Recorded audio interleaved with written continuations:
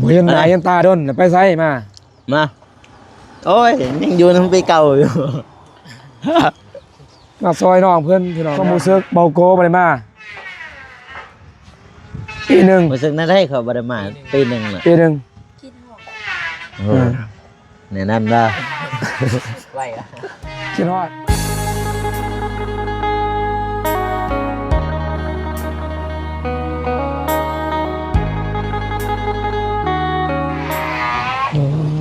น้องนี่เอาน้องข้อแหบเด้อพี่น้องเด้อข้อแหบเสียงข้อแหบนี่เนาะมีกามาทั้งบ้านจะกำไยเป็นเนาะทั้งเมืองน้อยเด้อพี่น้องเด้อโอ้ยจะเป็นยังไงกราบตักทายสบายดีสวัสดีเด้อพ่อแม่พี่น้องมัดสุขสู่คนพี่น้องเนาะทางเราทางไทยยินดีขนาดเข้าสู่ซอกบ่าวนุ่งคือเก่าคือเดิมพี่น้องเนาะข้อแหบมาแต่อยากนึงหานใจจะบ่ได้ยังไงเนาะคอจนเมื่อตึ๊บเลยกินข้าวไปกินข้าวกินน้ำ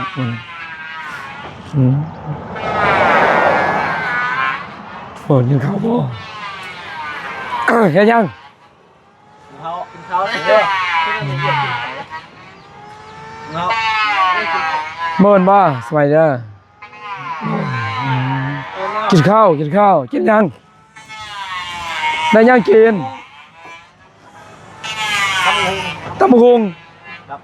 กับต้มหวานมาโธ่กินต้มบอกต้มหวานเสียงแม่เลยไม่ยังมาเสียงนั่นสิเดี๋ยวหนวดแจ้งบอกไปรักจึงยังไงบ่ได้ไปไสบ่อยู่เพื่อนหากอายุเพื่อนนั่นแหละทำหุงให้ทำสิมือไปแหมไม่ให้ทำเห็นบ่ทำเสียงเนาะเสียงหมดที่ให้ไอ้กูทำอย่างนี้ทำจะเบิ้งเดี๋ยวไอ้กูทำเลยให้นาให้ตาไปใส่ดุนบ่เห็นหน้าเห็นตาดนไปไสมาโอ้ยยังอยู่น้ำปีเก่าอยู่มาซอยน้องเพื่อนพี่น้องนะครับนี่เพราะว่ามีมาวันนี้ในหอบเป็นปีแรกเลยมาได้มาปีหนึ่งแล้วแต่วันที่เท่าไหร่ปีหนึ่งเงินบ่ปี8เงินบ่แต่วันแต่ปี2025นี่ปี2026เลยปีหนึ่งนะปีหนึ่งไอ้เรื่องเมาโกพี่น้องกำลังมาเบาเจ็บเด้เจ็บมากยังบอกมื่นบ้างสิมาบ่มื่นข้าวเวียกนี่ก็เอ้ยเนาะขอบเสียงบ่ได้แล้วพี่น้องเอ้ยเสียงเบาหนุ่มมาไปเดี๋ยวมึงสิกินสมุนมากินสมุนนะกินท้องได้ฮะยังฮะซาลาบากินหน่อยกินเราได้ไม่ต้องเก่งใจกินน้ำธรรมดาเลยกินได้เพื่อนอยู่ไกลทางไปหน่อยเนาะมันก็สิดังนี่เสียงรถเสียงล้อเด้อพี่น้องเด้อนี่เพื่อนใกล้ๆยอดอันนี้นี่ห้ามซ้อมแป้งเพิ่นซ้อมแป้งพ่อประเทศซ้อมแป้งก็สิถล่มสลายมาแล้วนะพี่น้องฮักหมดน่ะนี่มันหมดเคิมนาไปออดไซส์แหละเพื่อนในไล่หรือว่าเท่ใส่เดือนหูยบอกกูโหซ้มุ่งเลยบ่ยังเอ้ยไปเบิ่งดูนะคลิปตัวนี้ คลิปนี้ทรมานสุดๆนะ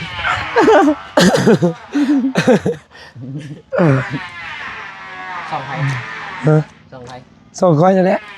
ไปเบิ่งรอดคลิปตัวนี้เด้อสิว่าล่ะพากันคุยเอาเลย จัวจังไรเนาะมันแฮ ประมาณ บอกว่าตอนเช้านี่ถือว่าเป็นดีๆอยู่ พี่สวยๆมากนะไปเลยป่ะเนี่ย มื้อนี่ปากบ่ได้เลยจักโต ฮะ มื้อบ่ได้ยินเสียงเลยจ้ะ เย็นกินน้ำห้อนเอา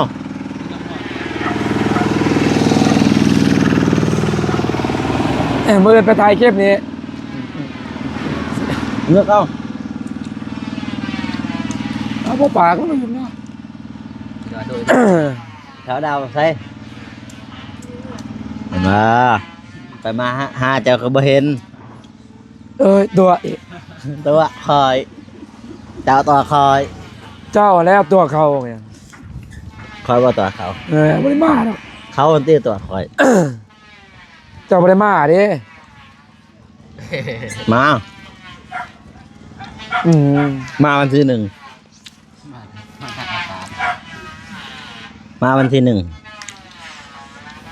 มาวันที่หนึง อืม ปีใหม่มา ปีใหม่ ได้มาบ่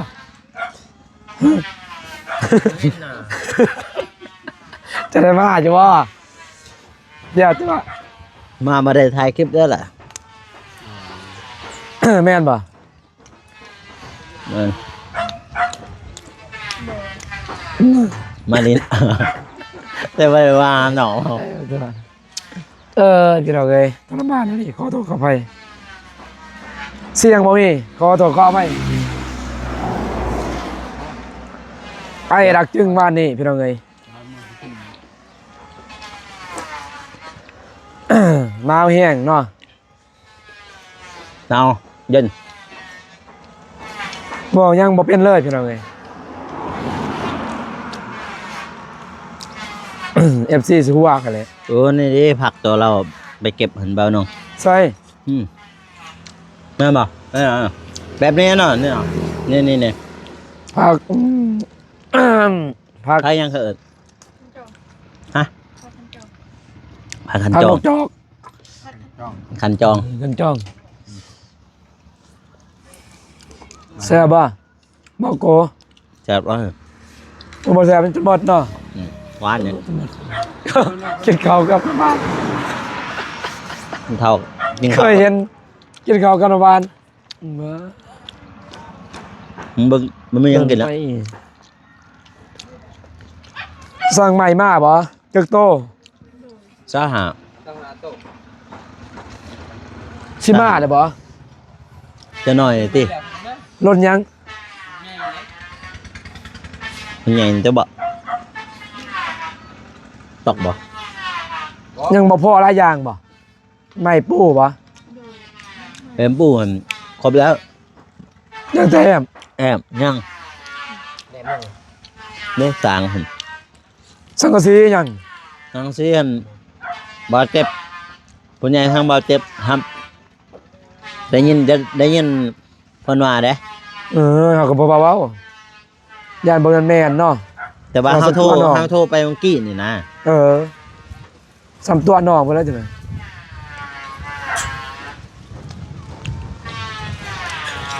หิวข้าวเลยเฮือเบาน้องก็กินบ่แซ่บบ่ ฮะบ่ได้หิวอยากน้ำมันมาครัวเด้อ บ่ได้ไปเวียกบ่มื้อนี้บ่ ยึดบ่ ขายน้ำมันบ่ได้ไปมื้อนี้ โอ้รถตู้ไปเที่ยวบ้านคันดอนเฮ้ยแม่นแห่ง ดนเด้อบ่ได้ไปบ้านกระดอนเนาะ แม่น พี่น้องเอ้ยเนาะกิน แซ่บบ่ เสียใจนำบ่วงมันจะสามันเสียใจนำบ่วงมันจะสามันนี่บ่มีเจ้าแต่จะเบิ่ง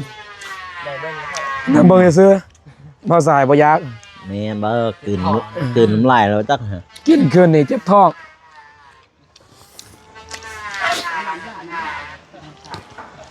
ฮะ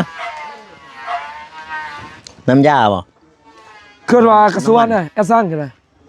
เกือบไปเด้อสิขายให้เขาเกือบสิขายให้เขาเลยเนาะ เขาซื้อเมื่อกี้ตอนเขานอน อยู่แอปซัน ขายอีหลีเด้อ จะนอนนี่บ่ ฮะนอนลินกินอยู่เนี่ย นอนทาอยู่นี่เลยนั่งกับมือนอนต่อ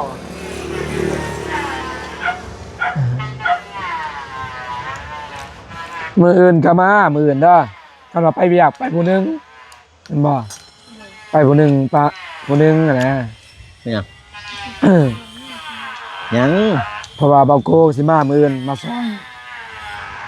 ซอยเฮ็ดเวียกซอยเทื่อนทีมงานนี่แหละเขาซอย มา จับเล็กจับหน่อย เต็มแล้วพี่น้องเลยเขาเดียวปลา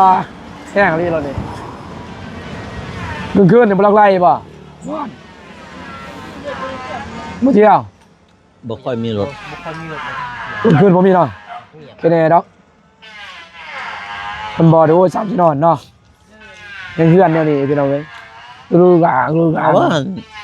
คือเส้นทางทางละกึ่งหั่น อันรถแบบอันนั้นบกเสร็จเลิกเลิกกังบ่ได้นอน โอ้ยสิว่ายังก็บ่เป็นพี่น้องเอ้ยขอโทษขออภัยน้ำลายน้องๆก็คอแหบมาแต่ดากจึงพี่น้องเอ้ยมาน้องก็บ่ได้ไปก็บ่เตียง อย่าเพิ่งก็สุดเอาให้น้องไปกินเน่ บ่ได้ไปก็บ่เตียงมื้อนี้พี่น้องเอ้ยเนาะ บ่ยายน้องเพิ่นใหญ่ อิ่มจนเบิดนะกำลัง ยกโป้ เนาะ 10เอา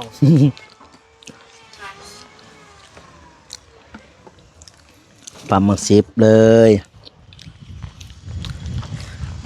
สิเว้าหลายก็บ่ได้พี่น้องมาน้อง เราเตียงแล้วเราไปเทเนาะพากันไปเที่ยวบ่พอเตียงกับแม่พิมพ์ ปักซองบ่ ฮะ ขึ้นปักซองบ่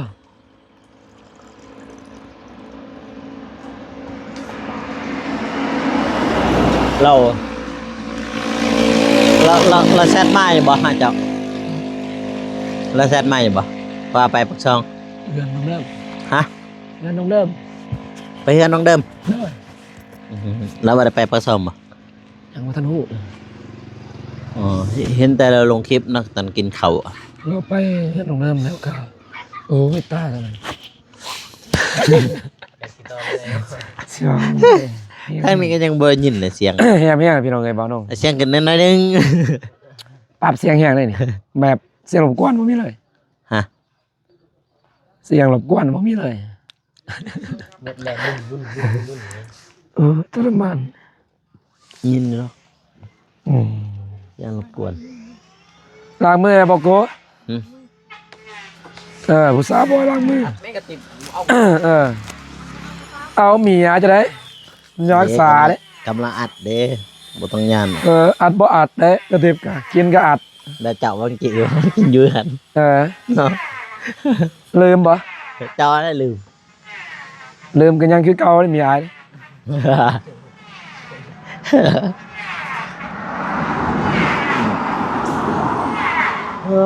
ลูกมาให้มันหลายเถอะ มาไผ มาเรา มาเรียงมาบ่กระสอบน้ำกันนั่นแหละเนาะมากน้ำกันผู้ที่ความจำก็เต็มพี่น้องเอ้ยมานุ่งก็สิลบคลิปก่อนเดี๋ยวสิถ่ายใหม่อีก มันเต็มนะ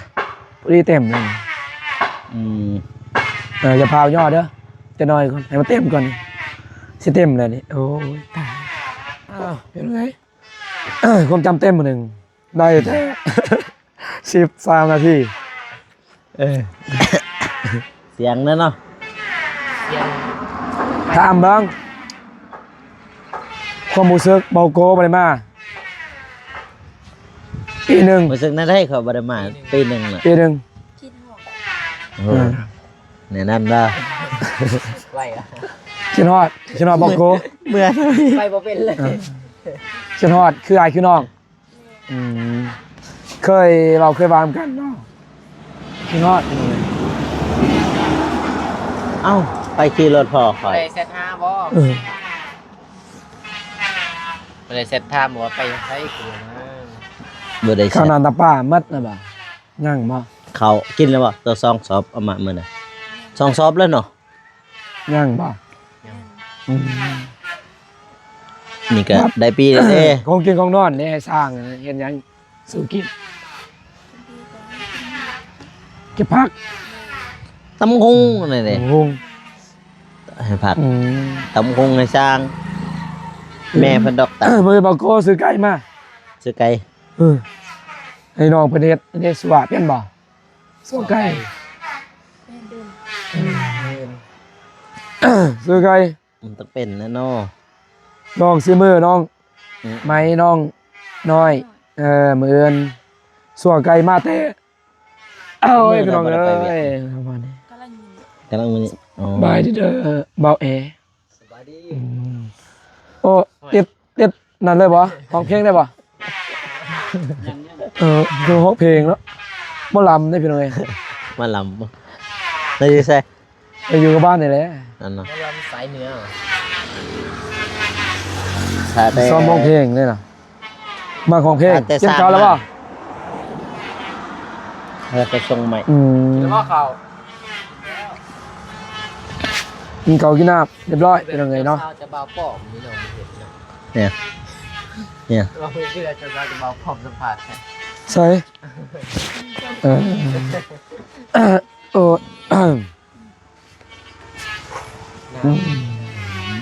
หนาวเนี่ยโอ้ยข่อยขี่มาแต่พุ่นแห้งหนาว หนาวบ่ทางนี่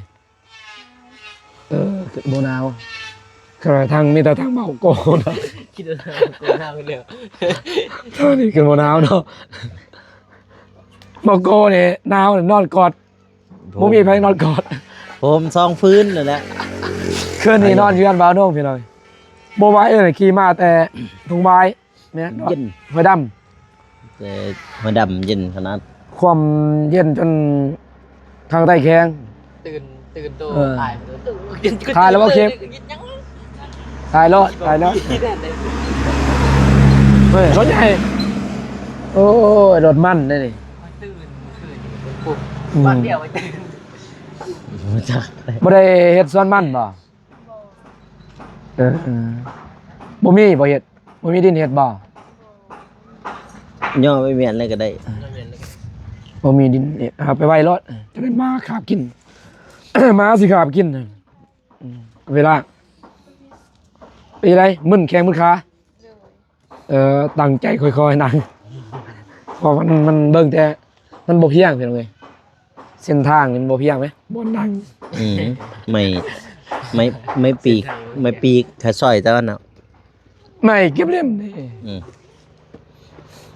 โอ้ยบ่ได้พังเด้เสียงหมอดงตะแลง ทางเสียงแรงเราหลุดกัน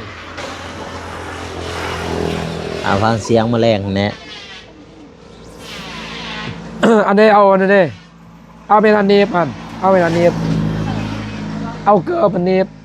นี่จะบอกนี่ใส่โปรตีนนี่มันสิเศร้าจังได๋ อันนั้นเปล่า ตำราเด้ตอนไปใส่บาตรเชี่ย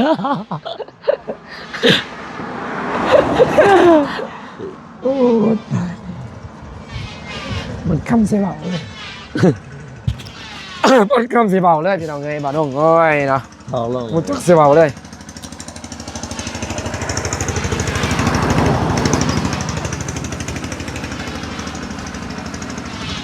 มาเบิ้ลมือมันนี่เบิ้ลมือให้กันได้คลิปเดียวเพราะว่าน้องเราไปอยู่หากันมา ไปภูเก็ตเนาะไปภูเก็ต ฮะ ภูเก็ต ไปภูเก็ตเห็ดเข็ม ภูเก็ตเกมเดิม ไปซื้อเห็ดเข็ม อยู่ใส่ จุฬาคนน่ะตั้งแต่อาม่าคนน่ะแต่ตอนจะไปลงคลิปคนเดีย ปลูกเห็ดเข็ม ไปซื้อ อืมไปไปยางเลาะ รอใช่ เอาไปเบิ่งนี่ มันเฮียนบ่ จะเบิ่งสร้าง เออเราเบิ่งสร้างเบิ่งหยังนี่แหละเนาะพี่น้องเอ้ยไปเอาเอ็มลอยให้มันกินบอกโก้ให้หรือบ่ ให้แล้ว ให้เราให้อีกเป็น300มั้งคุ้มสร้างกิน300เด้อ ทุกเจอครับลอย หืม เอาบ่เป็นเลย เยอะ300ไปน้องใหม่น้องอิหยังปวดเปล่าเอาเอ็มลอยแล้วบอกโก้มันต้องซื้อมาคือว่าบอกโก้บ่ซื้อก็เลยซื้อมาให้บ่อีกไปซื้อน้ำอื่นมาเนาะพี่น้องเอ้ยเนาะอันนี้เขามาอุ้รถไปนี่ เอาเอ้ย อืม รอไผ เออ เบาเอ้ย โอ้ไม่ใช่เอือนเหรอ อยู่ในบ้าน อ๋อ โอ้สร้างเลยงามนี่เดียวงามเนาะงามไหม งามแหละสังสีโบสีหยังสังสี สวยเด้อ ไว้ดิ ว่าหน้าบ่นี่ว่าหน้าสร้างบ่หน้าสร้างเป็นลุงน้องบ่สบายเด้อโอ้เขินบ่ อ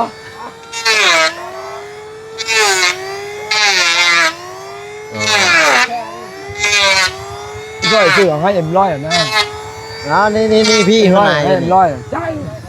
จ่ายรถ ได้สร้างแล้วมาเลยฮะอันเอารถออกกันมั้งเด้อเอารถออกกัน เราทรายเอารถออกเลย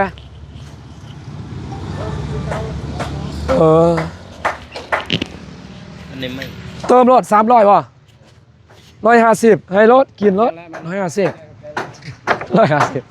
ข้อแหบพี่น้องเลย เอาเด้อ ป้า บุญนัดมาในบุญนัดมาแต่คุณไหนบุญนัดมาจะเรียกคุณเด้อ โอ้มาแต่เวียงป่ะ มาครับนี่ โอ้ใหญ่ดีเนาะบายเด้อ คันนี้โมเป็นได้เอ็ม150ได้เอ็ม300 300 ขอบใจ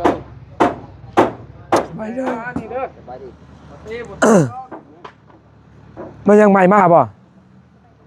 หน่อย ไม่มาอยู่ โอ้ไม่เซ็นบ่เลยไม่แปน มือคุณยาไหน เอาเคยไม่ต้องไม่เซ็น ไป48 แปดขน้อย8กันมาไม่เซ็นไม่18โอนาดีเนาะมีเรื่องเนาะอันนี้ ห้องไหนปักเขากดให้นะ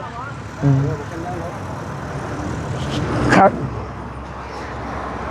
ไหวเนาะสร้างเนาะเห็นแล้วไหวเนาะ เล็งมือ เลี้ยงมือ เล็งแท้ได้ โอ้ เดินห่อนคนตกคนล้มกับบ่ถอย อืม สู่ โชว์อย่างเดียว แม่น เออ รับตั้งแต่ว่า เอาไหม 7 โมง ใส่ 12 โมงครึ่งกินข้าวพุดเดียวพักลูกมีบริวารกัน กินให้หมด กินให้หมดเนาะ กินให้เบิดแล้วก็เข้าเป็นห้องเฮา พี่น้องเอ้ยข้อแหบข้อโทษอะไรอืม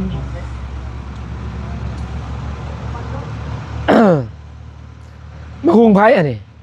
มุงยา อืม ลูกป้าวันนี้ก่อนเดี๋ยวห้องใหม่ก่อน งามเนาะ ไปว่ายอดเยี่ยมนั่นแหละสิมื้อนอกบ้านบ่แม่นในบ้านบ่มีในบ้านบ่มีบ่ตัวดอกสิมื้อนอกบ้านมาซอยเสียซื่อน อกบ้านจะได้นอกบ้าน นอกบ้านแล้วมันบ่อยู่ในบ้านนี่ได้มาแต่บ้านอื่นนั่นน่ะ สร้างบ่ แม่น สร้างนี่เลยมาแต่นอกบ้านเนาะ แม่นในบ้าน โอ้ยทรมานเลย ต้องระบาดอะไรพี่น้องเอ้ยเด้ไปซอยเบาโกนน้องไม้น้องไม้ก็ได้ไป สบายดี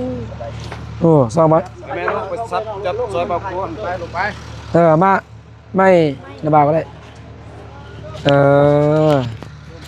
สบายเด้อเบาแอร์เด้อโอ้ได้ไหมบ่คักแล้วเนาะไหมเนาะเสียงชัดเจนบ่ ยังร้องอยู่บ่โอ้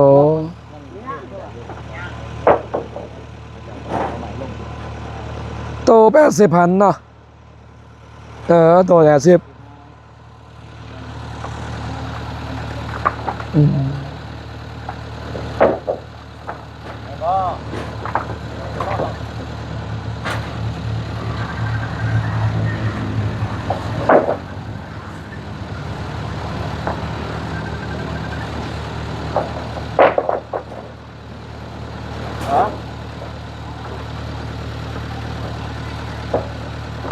มีเจ้าของเขาบ่อยู่ไอ้ โอ้ระวังตีนเด้อป้องคอยเด้อบ่ระวังตีนเด้อถือ ราคาบ่ ถือตีนไหน 60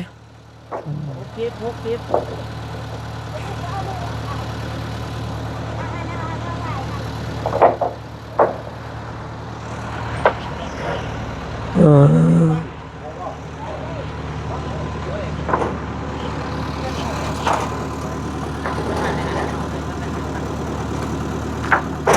ว่างเด้อ ระวังไหนคอยโป้งไหนเฮ็ดแห้ง ค่อยๆโป้ง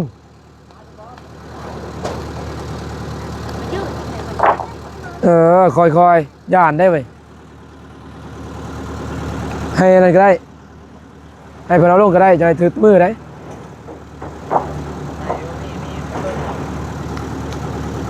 ได้บ่มาโกงกันเนาะโกง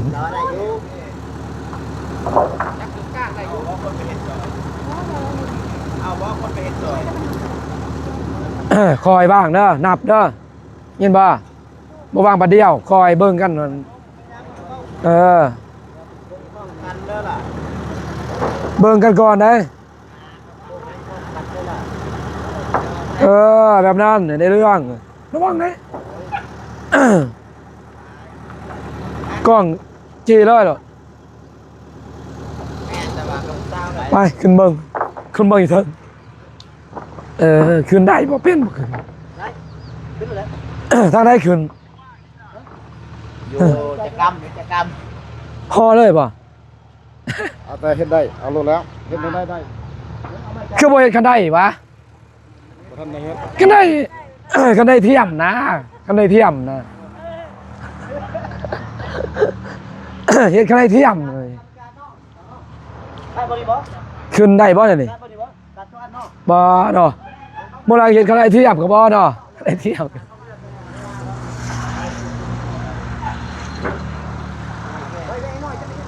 นั่นได้ขึ้นบ่นั่นได้สิขึ้นนี่โดย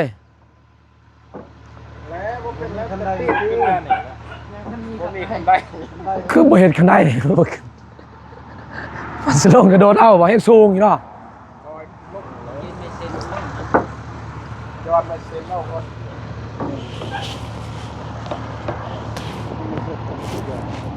บ่หาดอกพี่น้องเอ้ยไม่เซ็นได้บ่อ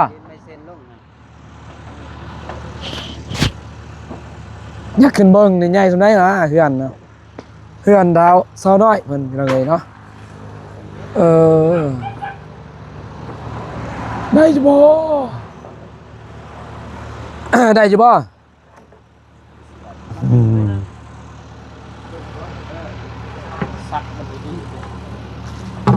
ปากขาบเนี่ยมึงไม่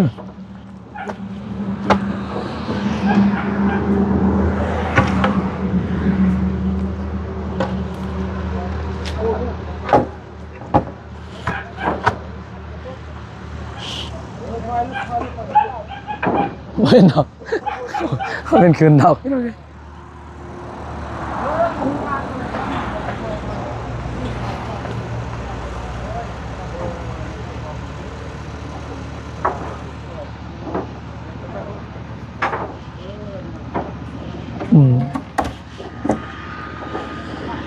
นั่งนี่เนาะ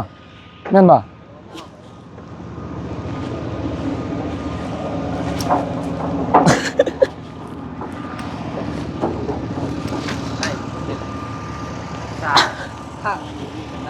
มาโอ้3สิขึ้นได้ โอ้สร้างเฮ็ดคักเนาะ ต้องจับข้างนี้จึงดึง อืม เอาตอกแอปมาตะพุ่นจับเด้อ เฮ็ดคักเนาะเล่นบัวข้างนี้พี่น้องเอ้ยงาม มีแตงให้เพิ่นเนี่ยบ่มีเสาโซ โอ้โห เอาลูกตั้งมาแนบมาแตงให้เพิ่นเพราะมันคือๆนิดนึงนะ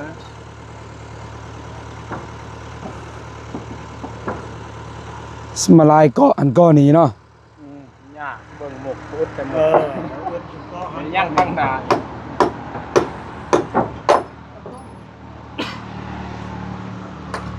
เฮ็ดมุกหลายแท้พี่น้องเอ้ยโอ้เฮือนทันสมัยเฮือนนอกบ้านแล้วว่ะอืมอืมอืม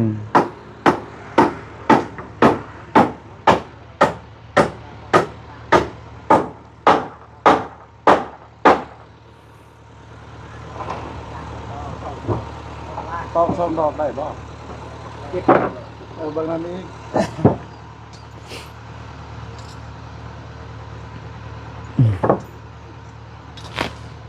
ดูดิ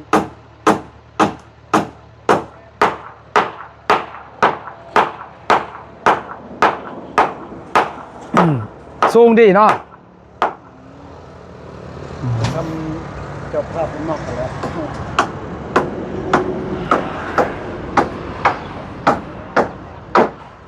สูงขาคุ้งแน่พี่น้องเอ้ยเนาะโอ้คักไปลงเบา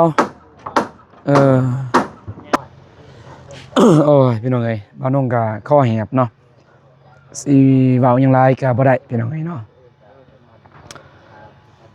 มีแต่สิไปหาทางน้องเพิ่นก่อนจักหน่อยพี่น้องเนาะถามนี่แหละเรื่องเนาะเพิ่นว่า มีหยังแหน่บ่ครบบ่พอพี่เอ้ยเนาะทางเพิ่นเฮ็ดเรือนเพราะว่า FC ก็สนใจมาหลายเพิ่นทางครอบครัวน้องน้อยน้องไม้เพิ่นพี่น้อยเนาะ